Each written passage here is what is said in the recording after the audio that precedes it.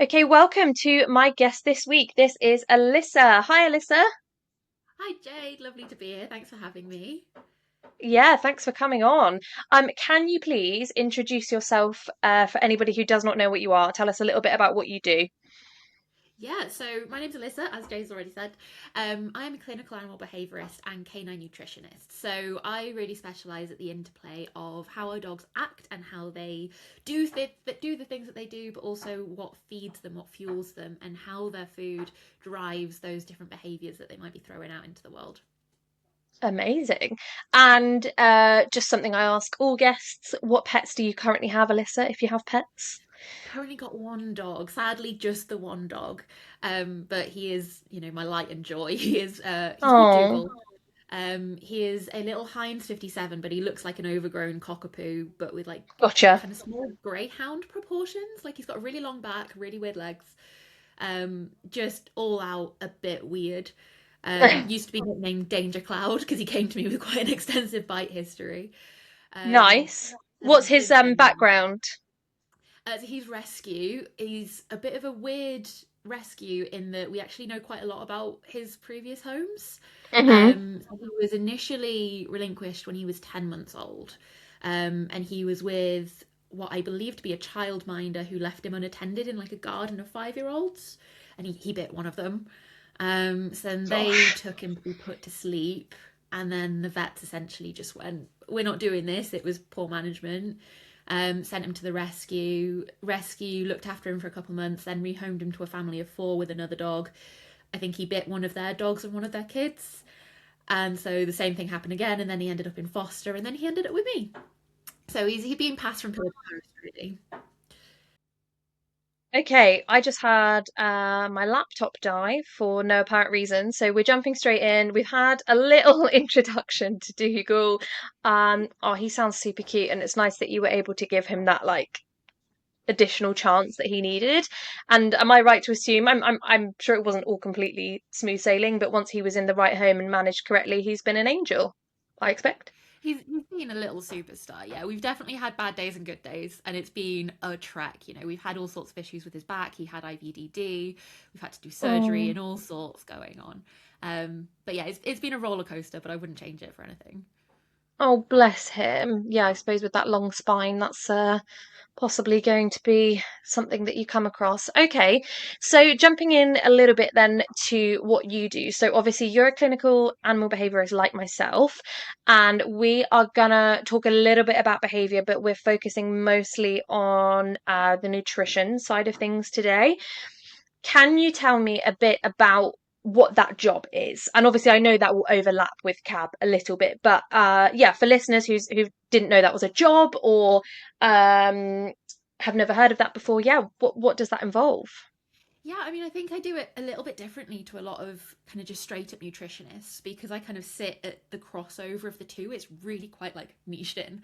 But I think for like your average nutritionist, they're dealing a lot with like what your dog eats and dealing with maybe some more like clinical conditions like pancreatitis or kidney failure, that kind of a thing.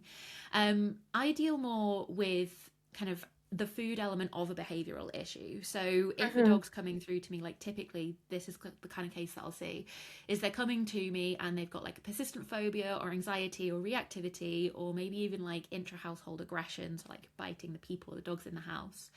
But they've tried typical like behavior modification and it's not working, and we're looking to go a little bit deeper. And so it's, you might go down kind of the physical health route and you might be looking at, is there musculoskeletal pain? Are they a bit sore in their joints? Or you might go down the nutritional route and go, is their diet suiting them well? Is there maybe some digestive discomfort going on? Are they feeling okay from what their digestive system is doing? And also from like a physiological point of view. So a lot of kind of what we feed our dogs goes on to create, the hormones, the brain chemicals like serotonin can all come down to what we're feeding our dog. So I really sit on that little kind of platform, I guess, and I talk to people about how they can feed their dog better to really support them with the behavioural issues that they're experiencing, and it just really complements that behavioural modification plan that they might be dealing with. Yeah, absolutely. And obviously, we'll go into more detail about how the two interlink. Just for anybody who, I don't know, maybe a new dog owner or has just been on one food forever. Um, give us like a 60-second summary about dogs, their optimum diet, and any kind of important things about their digestive system and how they deal with food, I guess. Yeah, I mean, dogs have a really similar digestive system to us. Like, a lot of kind of the main points are the same. There's just like nuanced differences. The optimum diet really looks different for every single dog. And there is always going to be like an element of trial and error in there of finding the right diet that works for your particular dog.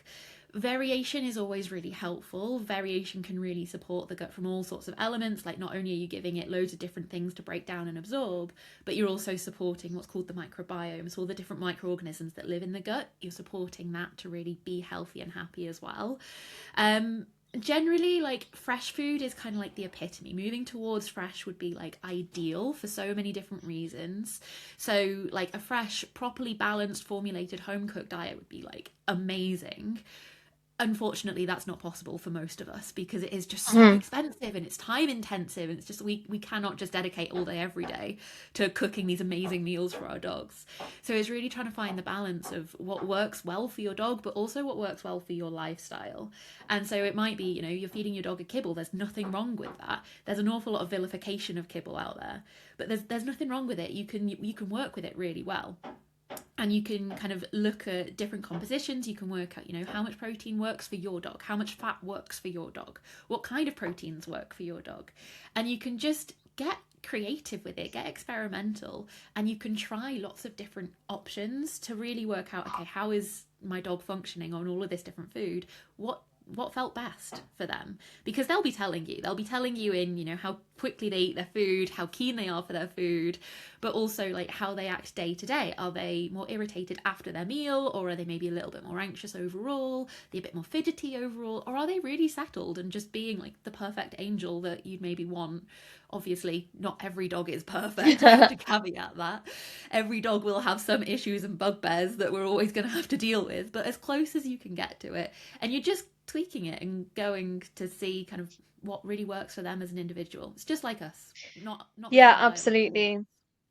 And I think something that is important to get across from this episode is that it's not, in my experience with my own dog, with talking with you, with customers' dogs, sometimes that's an easy fix. And if you're like me, you are over 2 years in and you're still working on it, and you're kind of getting close to perfect, but suddenly, I don't know, he eats, what's he had recently? Like, oh, I thought I'll just give him a bit like these novel goat chews, and then bang, the skin flares up, and you're like, for God's sake, just yeah. So, my dog is on a dog food called Omni. If anybody wants to pay for advertising, Omni, you're most welcome.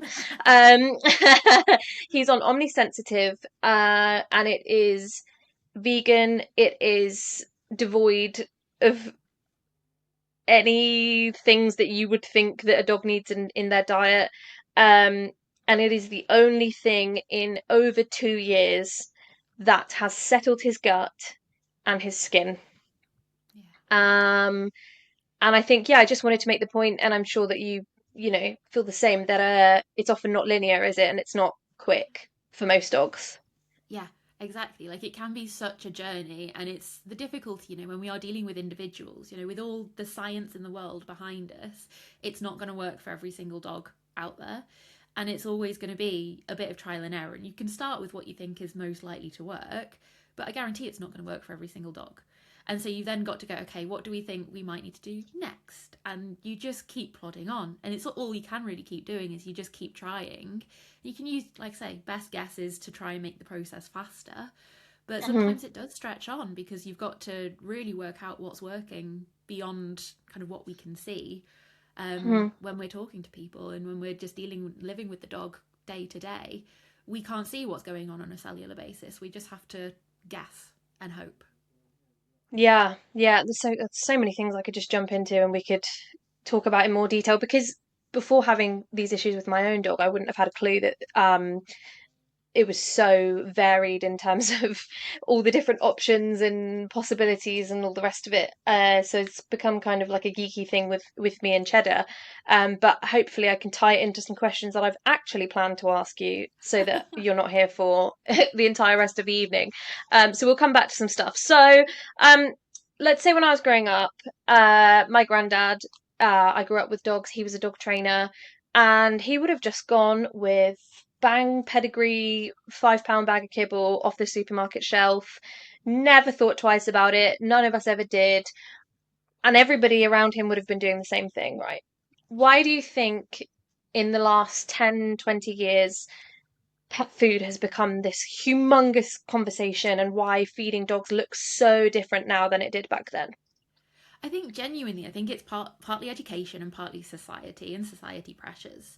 I think from an educational point of view, we know so much more about what food does in the body, and that's for both people and dogs.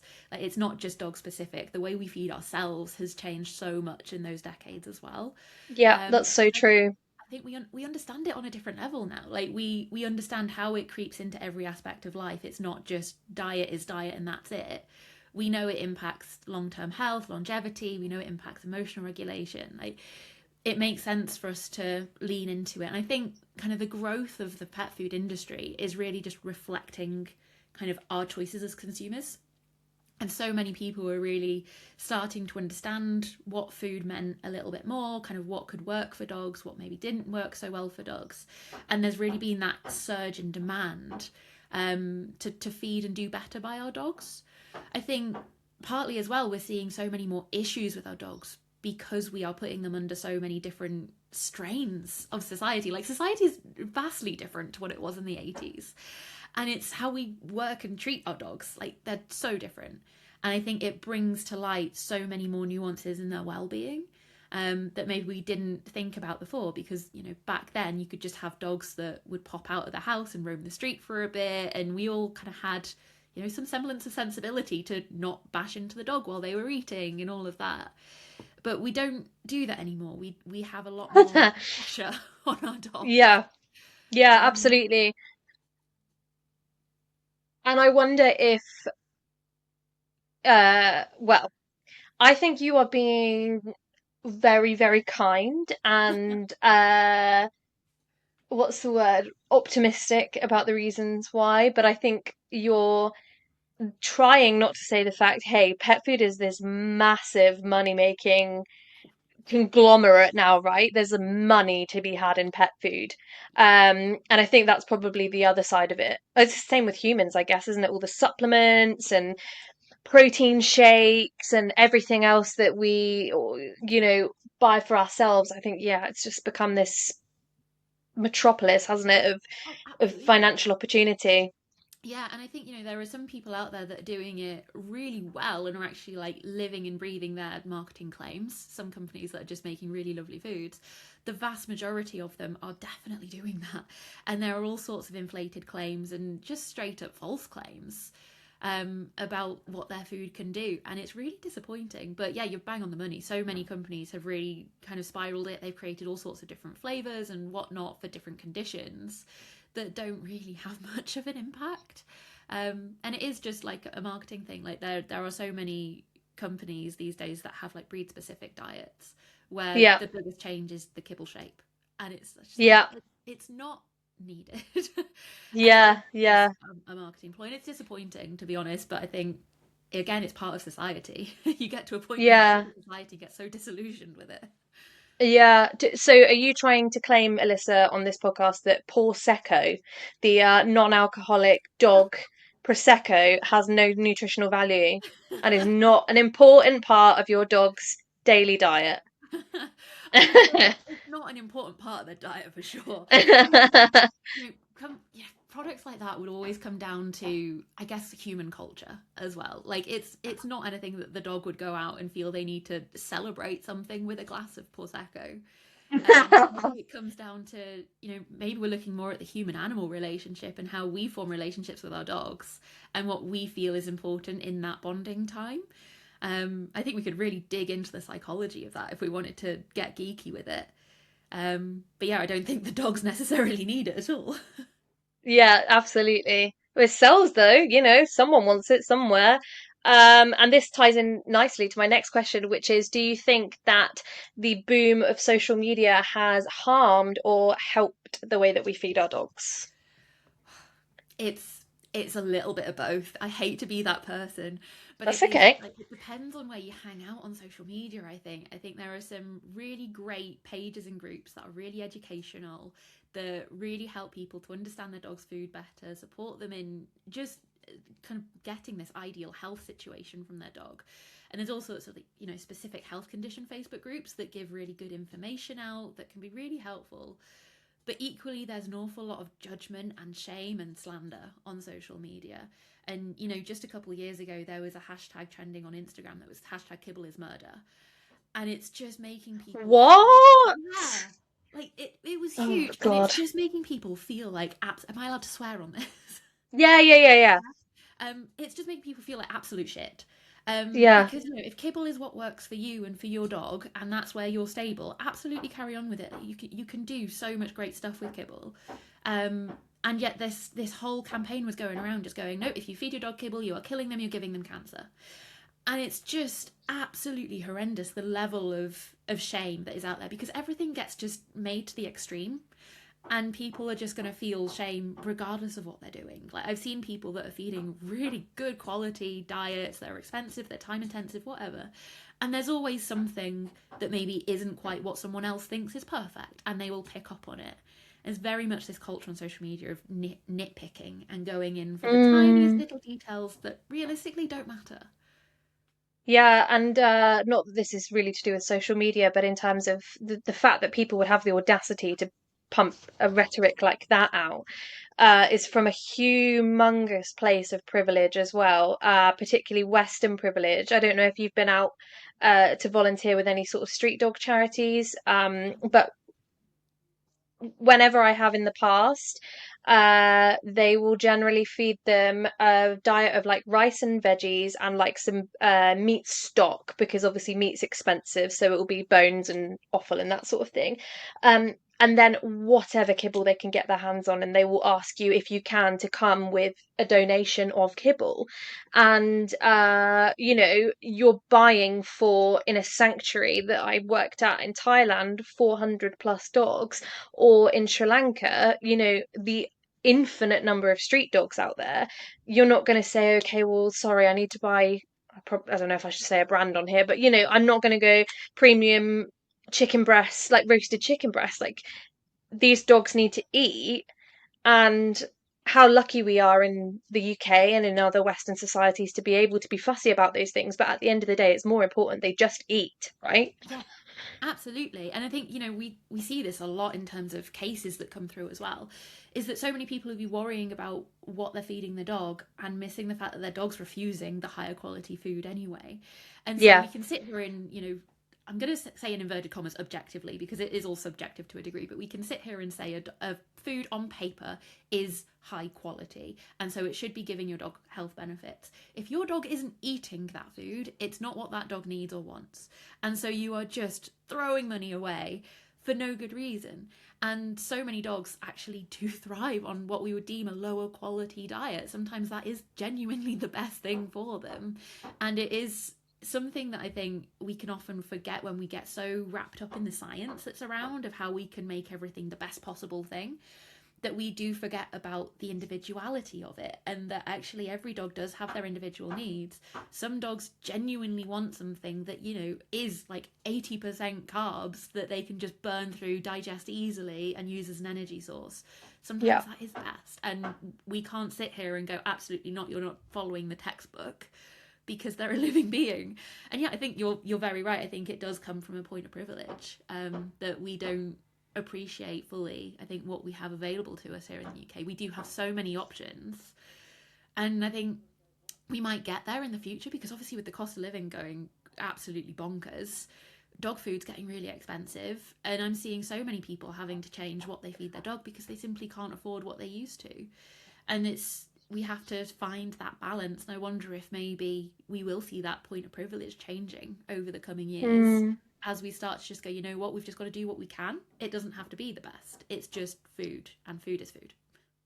Yeah, it's like pet food banks, right? In places like Dogs Trust during the cost of living crisis, they had pet food banks. And again, if anybody's worked at rescue centres in the UK, they'll know, we do our best to get the most appropriate diet, but sometimes the dog's just got to eat, and so it has what it has. Um, and I think, yeah, it's really interesting because lots of people on paper would say that the food that Cheddar's on is, there's no meat in it, so. Uh, they always say meat should be the first ingredient and all of this. It's the first thing that's not made him shit himself. So it's perfect for him. And I used to work for an unspecified pet shop company in the UK. And they sort of pride themselves on their nutritional knowledge, which at the time, because I was being taught it by them as an undergraduate student, um, all made complete sense. Protein should make up 80% of the meal, or sorry, like it should be like 80% real protein, and it should be as close to fresh. We shouldn't have any like meat meal in the food, all of this stuff. And it makes complete sense until somebody tells you, well, actually, there's no fucking evidence to say any of that stuff anyway. So it's very frustrating because it's pushing an agenda that yes, will work for some dogs, as you say, but just not all of them. And it makes Yeah. people feel like crap, doesn't it? Yeah, absolutely. And I just think there's enough in the world that makes us all feel like crap. We don't need to be looking at the nitty gritty of what we feed our dogs and feeling crap because we can't do, what someone down the street is telling us we should be. And I think it is just, again, it's the individual of the dog, but it's the individual of you as well. Like what you can afford, what you can find, what you can get reliably. Mm. And there's so much that goes into the picture that I just think we shouldn't be out here judging everyone for what we're all feeding our dogs. It's such an individual choice. They used to reward us as well for actually converting people onto one of these foods in the shop. And I know from my own clients, when they're in a position where they feel like somebody's talking to them from a position of knowledge and knows better than them, they can find it difficult to say, oh, actually the vet's put me on this diet, so I'm going to stick with it. It can be really hard to stick to that conviction, can't it? And not feel like you're not doing enough and, oh, okay, I better listen to this person because otherwise I'm neglecting my dog. Mm, I'm gonna get yeah, off my absolutely. soapbox in a second. So actually, again, all of these are sort of tying in really nicely. Next question is, what are the biggest myths do you think that are circulating about dog food right now? Oh my god, there are so many. um, I would say like one of them is that raw is the best possible diet for every single dog out there. I think we've also got, that dogs can't digest grains and that grain free is inherently better. We've got one that's all about how higher protein can create aggression. There's so much misinformation going around. And I'd have to probably jump on there and go back to the kibble is murder thing. That kibble is the worst thing on earth for your dog because it's not. And I'm probably a little bit controversial in saying I'd rather a dog was fed a complete kibble than an unbalanced raw. Um, so Yes, you it's heard it here first, folks. Hold the raw thought because we're going to have a raw chat in a second. Can you tell me and the listeners about grain free? Like, what is the myth and what is the real picture?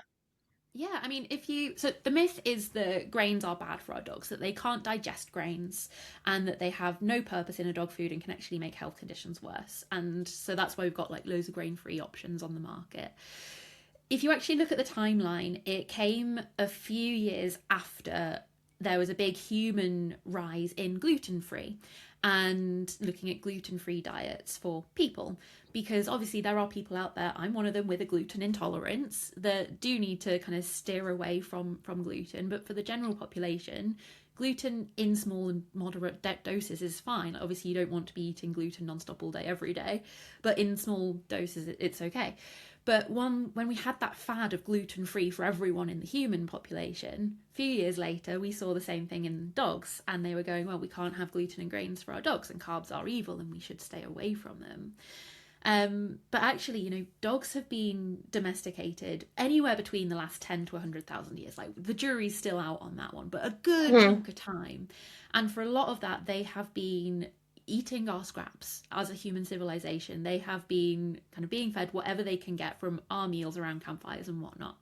And as agriculture bloomed, our dogs were also adapting to eat what we could grow in agriculture. They can absolutely, for your average healthy dog, they can digest and absorb grains absolutely fine. So it's generally not a problem. And in fact, things like brown rice, like whole grains, have so many really useful vitamins and minerals in them that they can actually be really beneficial for health. And by cutting them out completely, we can often see some deficiencies that we might need to, resupplement in synthetically if we can see the deficiency, or we might Wow. just miss it altogether. And that's where we get an awful lot of imbalances coming through, is by missing out grains and some of the minerals that they actually contain. We can end up in some hot water. But they can absolutely digest grains, and it's just become this big myth that they can't. There are some dogs out there that do have grain intolerances and that can't eat grains without having all sorts of different reactions, but they aren't the majority of the population. And on Hmm. the whole, dogs are perfectly capable of eating grains. Great. Well, yeah, that's good to hear because if I told Cheddar that he couldn't share a piece of toast with me anymore, I think he'd leave. That's his favorite thing. Um, yeah, he like I like the elbow is what I call it, the end of the bread. Yes. And when he Nice. sees that, he knows it's go time. He knows that he's having some. Okay, so back to raw then. Some behaviorists, and I am doing little finger commas for anybody who is listening and can't see the video, put dogs onto a raw food in an effort to cure behavior problems. And I have, in fact, heard this whilst working at Dogs Trust on the telephone line. People have paid 200, 300, 500 pounds to see a behaviorist, and they have literally said, well, it's the food. The dog needs to go onto raw. What does the science say, and what is your opinion on this? Yeah, so I mean, raw can be good for some dogs. It's not the fix all and the cure all that I think it's been purported to be. And it can have really good benefits for a load of different reasons, but also fresh cooked has a load of different benefits that sit alongside it.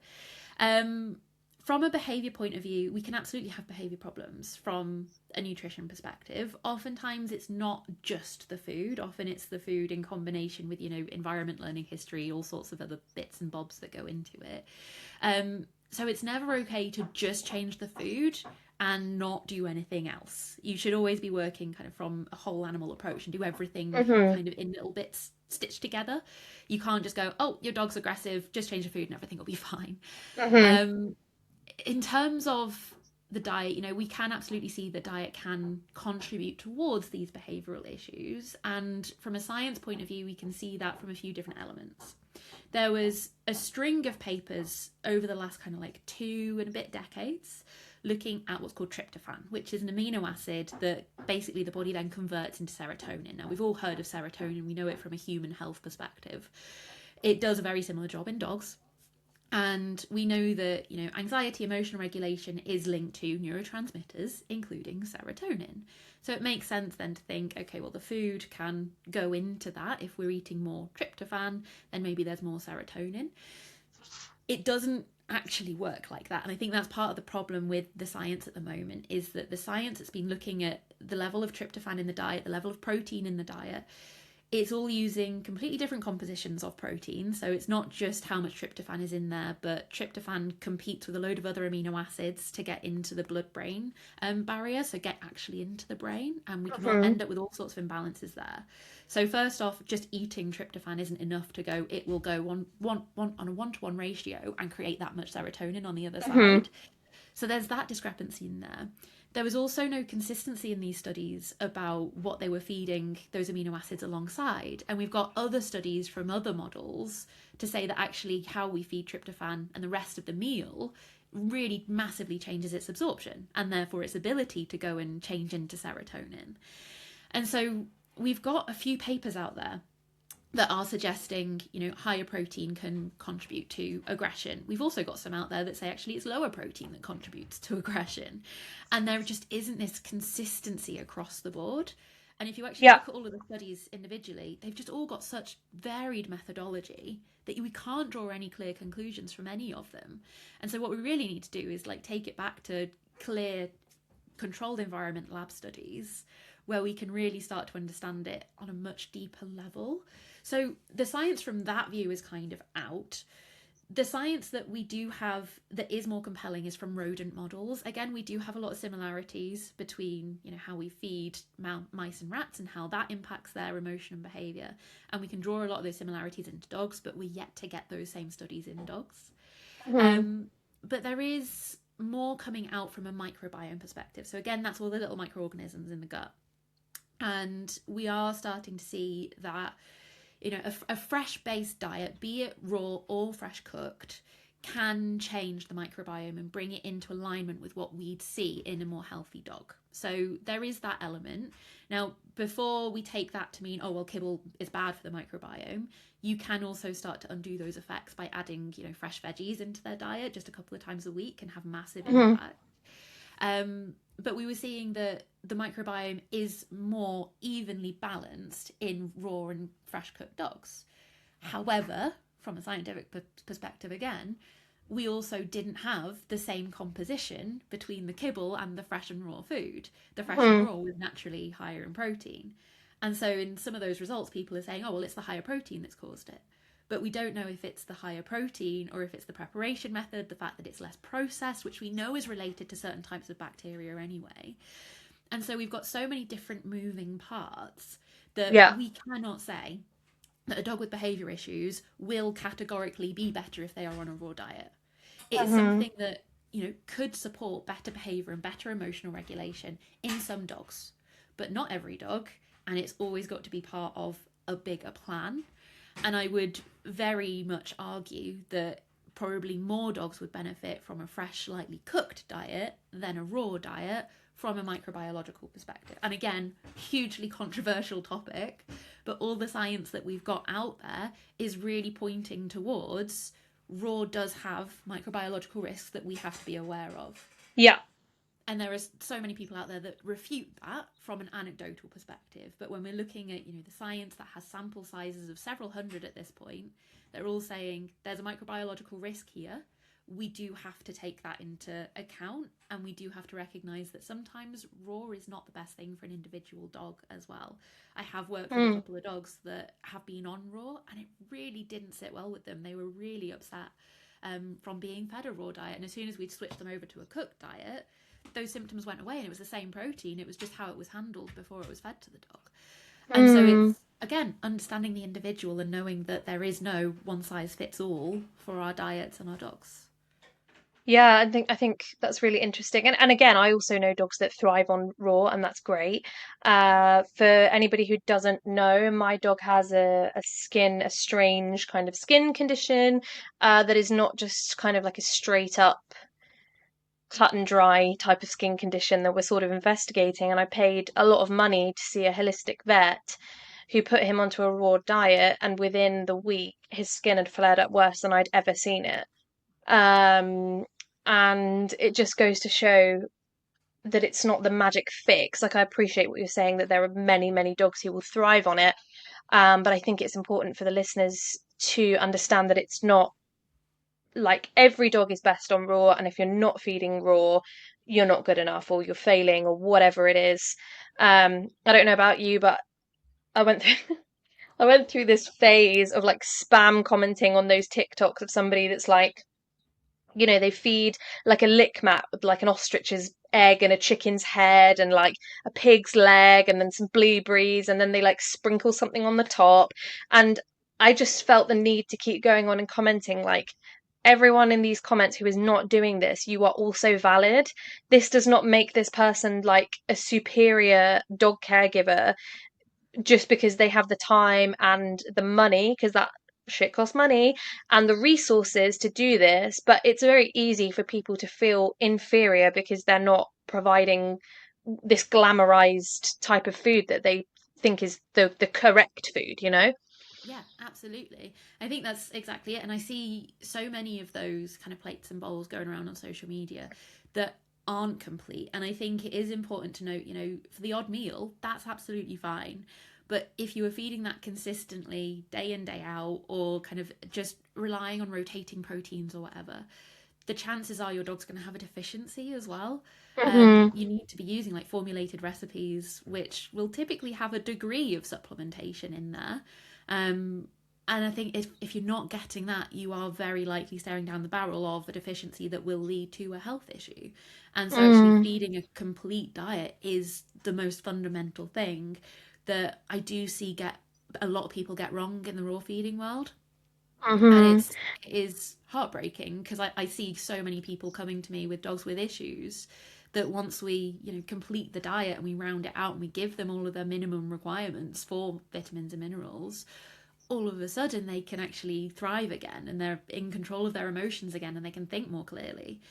And it is just such a shame that we've got so many dogs out there in these states of deficiency. Yeah. And before we move on to everyone's favorite topic, which is dog poop, I am aware that we're 40 minutes in, and some people will be listening to this and going, I've got even less of a grip on dog food than I had when I started because, all this information completely disagrees with social media and whatever else they've been told. Do you think there's a way that you can give me like a 60-second, here is what you need to think about when you feed your dog, concentrate on that and build from there? And then we will put Alyssa's details in everything so you can go and chat to her. But I just think maybe a little summary for anybody who's now feeling like completely confused would be really helpful. I think first and foremost, you've got to kind of decide what category of food you want to be giving your dog. So, is it raw? Is it fresh home cooked? Fresh commercial? Is it kibble? Is it wet tinned? Picking which one of those works best for you. Like you can feed multiples, but pick maybe the main one that feels the best fit. So, if you travel a lot with your dog, if you like to go camping with your dog, kibble's probably a lot easier for you to transport and travel around. If you're on more of a budget, kibble tends to work out as a lot better cost for or cost per calorie value. So it's usually a lot cheaper compared to what you have to feed your dog to actually get them enough nutrition. Versus things, like raw takes up a lot of storage space. You need to be kind of on it. You need to be thinking ahead a lot more. You generally need to be in one place a bit more to be able to feed it successfully. So it's thinking about what your lifestyle looks like, picking the right type of food that will work for you, your budget, your lifestyle. Once you've got that down, you can start to understand little differences that might make a difference in your dog. But the first thing you want to be looking for is what brands and what diets are available in that category that are complete, that actually say complete on the label. And you've got two types of food, you've got complete and you've got complementary. And this comes down to what our dogs need from a minimum and a maximum requirement to sustain long-term health. And it's all sorts of we've got the European committee called FEDIAF that looked after the ones in Europe. We've got AFCO do the ones in America, and then we've got global ones by NRC. But essentially what you're just wanting to look for is that it says complete on the food. If it says complete, it's got everything your dog needs, you know that you can feed that as a core diet and not have deficiencies unless there's something going on with your dog's digestion. So that's what you're looking for. The next thing, consider what types of protein your dog likes. Maybe if they have any intolerances, think about that. But some dogs naturally like things like beef and lamb more than they do chicken and turkey, or vice versa. Or if your dog likes fish. And you can also experiment. You don't have to just stick to one food. I think this is also something I see a lot of people mistakenly believe, is that once their dog is on a food, that has to be it. They can't change their dog's food. They can't rotate their dog's food. And actually, you absolutely can. You might need to do it a little bit slower the first time that you introduce it. But once your dog is used to a food, you can absolutely feed a different couple of types. My dog rotates through about 5 or 6 different foods, depending on my mood, his mood, what we've got in, what's available. And he just will fluctuate between them. That's absolutely fine. So, really, I'd say get your category of food right, make sure it's complete, and then find something that your dog likes and enjoys. And if you notice that there's an issue going on, then you can always have a little bit of an experimentation and say, okay, is it the protein type? Is it the carb type? Is it the composition? Or you can hook up with me or another nutritionist and we can talk you through that process and coach you through it all if it's just making your head go a little bit fuzzy. But I'd say that those are the main things that you want to be focusing on. And if you get those right, 90% of the population are going to be absolutely fine. Amazing. That's great advice. Thank you. Um, I will try to not make this question last 30 minutes because we could be here all night, knowing what we both do. How does the gut affect dog behavior? And how important is it? It is really important. I feel like it's been died down in terms of how important it is because we didn't have the science to back it up for quite a while. But there's been an absolute bloom in science over the last year alone in terms of how gut health impacts behavior and emotions.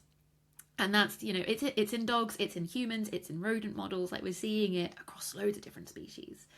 But it is really important. And I think from, a behaviourist standpoint, I think both of us, Jade, have seen this explosion over the last few years of people going, if there's a problem behaviour, we need to consider pain. And we need to be Hmm. looking at, okay, is the dog in pain? And we had all of this science that was coming out going, there was this paper by Daniel Mills that came out that said, up to 82% of cases of problem behaviour can have pain underlying. We also need to remember that pain doesn't have to be musculoskeletal. It can be visceral pain, so it can be pain associated with the digestive tract that might be, the diet's not working well for them, the microbiome's unhappy, maybe got some overgrowth going on. Um, but I think it's really starting to take hold in the last year we've seen so much about the microbiome in specifics. So we're starting to see actually the microbiome has a massive correlation with behavior in terms of anxiety and aggression, particularly. Hmm. And we are starting to see some causative studies coming out in terms of how modulating or changing the microbiome can then change behavior and emotion regulation. So we're starting to see more and more come out that at this point we really can't dispute the importance of diet. Like, it is becoming so, so core. And I think it needs to be considered whenever we're dealing with a problem behavior. Or even when we're just thinking of, teaching a puppy basic things, we also want to make sure that they've got the physiology behind them to be able to make really strong memories and learn properly, Oh. and just be in a good state of mind. So I think it is really, really important. Um, in terms of how it happens, there's a few different pathways. The main one is we need to consider the gut brain axis, which is how the gut and the brain talk to each other, because they are constantly talking to each other, and it's what we call bidirectional. So the brain talks to the gut talks to the brain. It's like a little telephone wire between them. And how they do that, they do that through at least a few different options. The main one that most people talk about is the vagus nerve, and this one became really popular kind of around the pandemic. I think a lot of people were talking about, polyvagal theory from a relaxation point of view, and we can kind of like spitball off of that, and we can look at the vagus nerve. And the vagus nerve is called the vagus nerve because it's Latin for meandering or wandering, and it goes through so much of the body. It has so many hundreds of different connections. It's crazy. But one of the big ones is that it connects all of the gut into the brain. And so much goes along the vagus nerve that they are constantly talking. And so we've got neurotransmitters traveling along there. We've also got kind of the circulatory system and all the hormones that are going between the gut and the brain all the time as well. We've got, integrity of barriers between the gut and brain can really play into it as well. So we've got a kind of a few different barriers. So we've got like the blood brain barrier, we've got what's called the choroid plexus barrier, which separates out the cerebral spinal fluid. So without trying to get too technical on it, we've got a few different barriers that sit between the gut and the brain that keep everything that should be in the gut, and everything that should be in the brain in the brain. And when they start to get a little bit faulty, we can have issues there. But they do have channels that the right things can navigate between gut and brain quite happily. So we've got like a few different ways that they're talking to each other.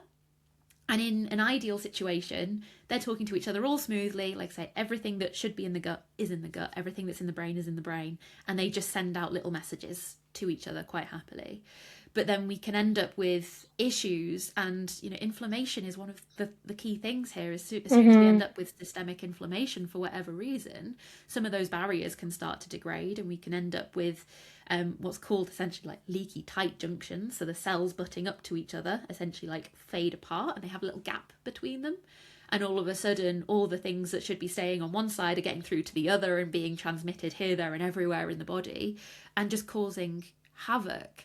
And that's the thing that I see an awful lot, because once we get inflammation into the body, it can be really hard to actually get rid of it, especially from kind of my area of expertise, which is the microbiome, which is where we get this gastrointestinal inflammation. It can allow those more kind of damaging bacteria that naturally live in the gut to get a little bit outside of their own boots and they can start to grow a little bit too much. And the more that they grow, the more they make it more of an inflammatory condition in the gut. And so they grow more, and we end up on this really horrible cycle where we just end up really down a garden path somewhere in this horrible state of inflammation that we just can't get on top of. And then that inevitably creates anxiety issues and reactivity issues. So there's an awful lot that goes into it. And when it's healthy, it's working great, brilliant. We can optimize it, we can tweak it, we can do whatever if we want to. Or it goes badly and we end up with a gut that at some point has had a challenge that it's really struggled to bounce back from. You know, we've seen a lot of dogs in the last couple of years that have historic giardia infections, for example, that just create havoc in the gut microbiome and create all sorts of other downstream issues that then manifest in anxiety and reactivity. So there is an awful lot in terms of how the gut impacts the brain and how that impacts emotional regulation. I've not even got into yet about the synthesis of neurotransmitters and hormones, but I probably will save that for another day because I think that might be a little extreme. Maybe we'll get you on for part two. I'm thinking in the future when I'm rich and famous and I've got, you know, a huge millions of fans, we'll have like a Patreon and there can be additional episodes and we can talk more about this. I feel like such a dumbass sitting here talking to you. I'm like, oh yeah, okay, let's just make sure we like your dog doesn't shit itself. Well done. That's basically the extent of mine. Um, is there a possibility for anybody who, again, is sat at home thinking, oh God, that kind of does sound like my dog, but again, haven't got to poop yet, but can these things be missed by vets as well? So much. Yeah, Yeah. it's really sad how much it can be missed. Because they often kind of present in more kind of little grumbles that go on for a long time. And I think it can be really, really hard to be able to find that in the length of a typical vet consult. Like a typical vet consult is what, 10-15 minutes. Hmm. And it kind of has to be. It's the same as, you know, general practice for human medicine. It's the general practice that we are trying to signpost and deal with quite a lot in a very short space of time. And so being able to ask the right questions can be really, really hard. And dogs can mask all sorts in a vet clinic as well, as you'll be well aware from, you know, behavior and pain anyway. Um, and so it can be really difficult for vets to kind of lean into that side of things and really dig into the diet. You know, I've had it myself when my own dog Dougal has struggled with nutritional stuff and diet stuff, and you know he went through a spate of spontaneous vomiting. And in the time that we had in the consult, we couldn't talk in depth about what food he was on. We just didn't have that time available to Hmm. us. And so it can be really, really easy to miss it and get distracted. And there can be so many different kind of red herrings going on as well that might take attention away and make it go, oh well, it can't be a diet issue, it's a this issue. And I think I see that an awful lot in kind of those more itchy dogs, as I'm sure you've kind of experienced with Cheddar, is that when we're first dealing with itchiness in our dogs, we'll be looking at very much skin based issues. And it can take a little while before people start to go, okay, I think it might be a digestion issue or a diet issue. And even once you start off on that pathway, it can take a good chunk of time before you start to understand which element of it is the right piece of the puzzle to fix that individual dog. It takes more time than I think we have really in a Hmm. typical vet consult.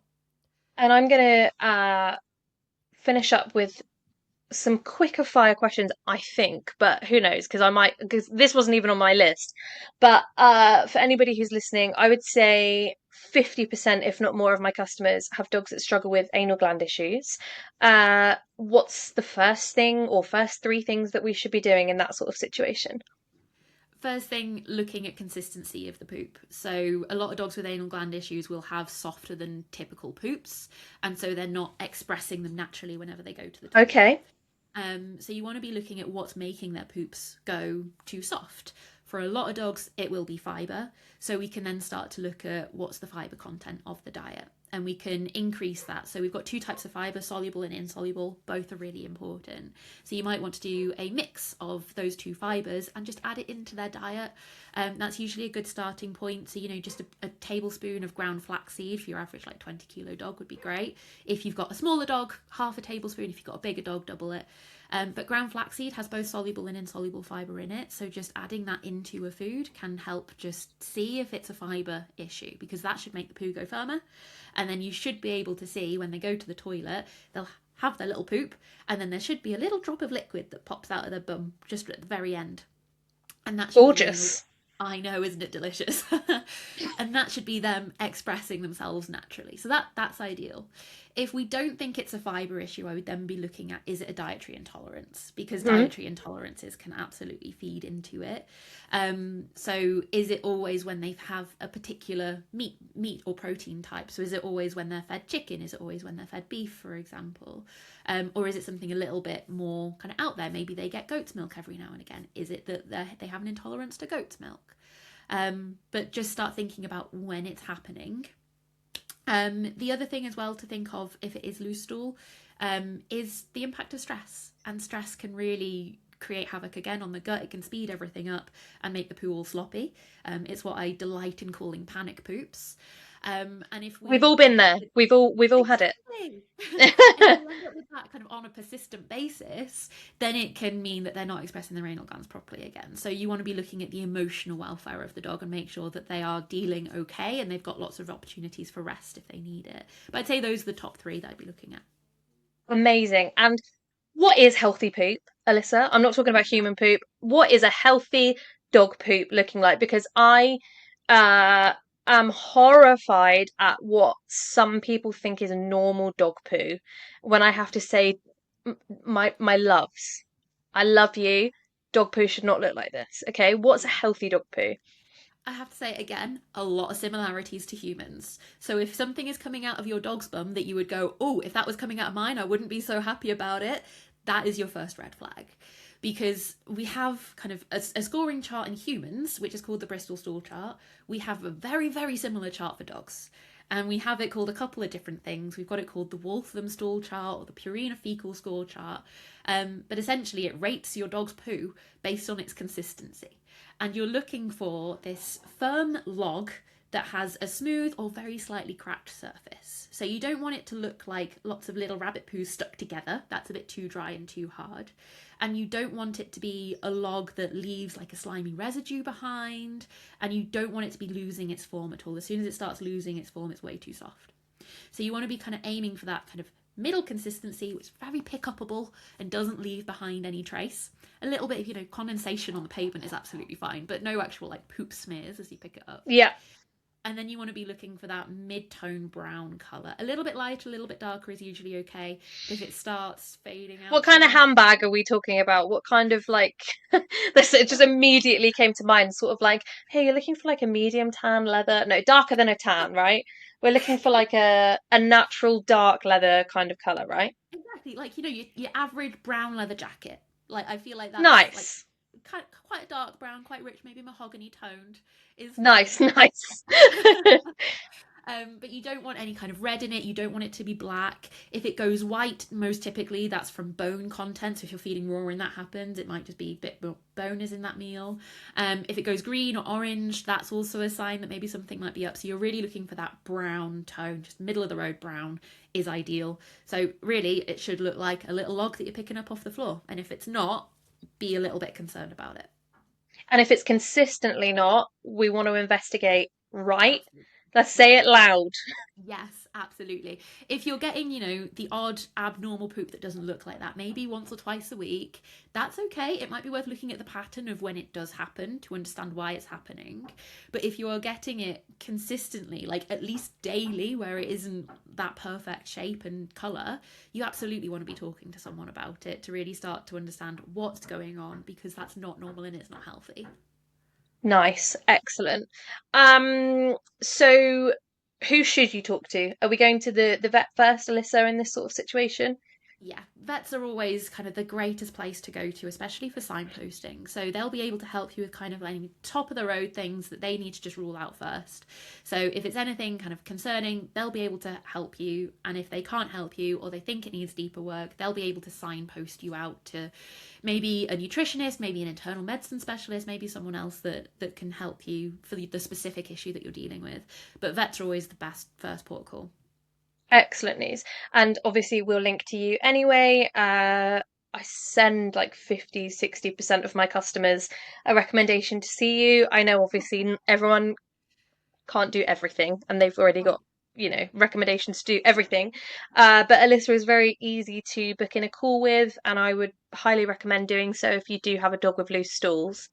Um, okay, if people listening to this episode could take away just three things from today, Alyssa, what would they be?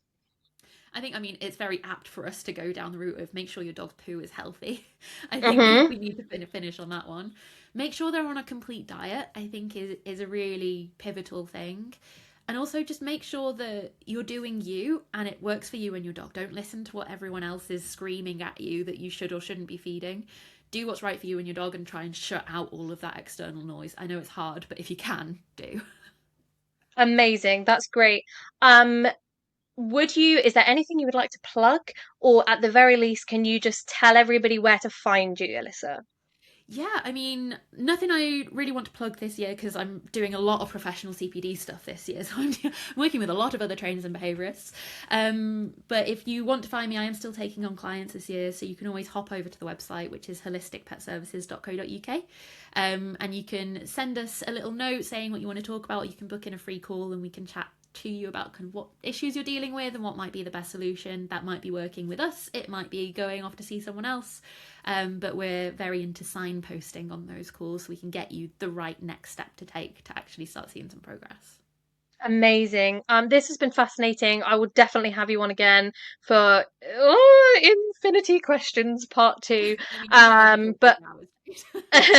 hopefully it's got people thinking, and some people that are going to take some steps towards healthier guts in their dogs, and maybe even themselves in this new year. So yeah, thank you so much for your time, Alyssa, and I will speak to you soon, no doubt.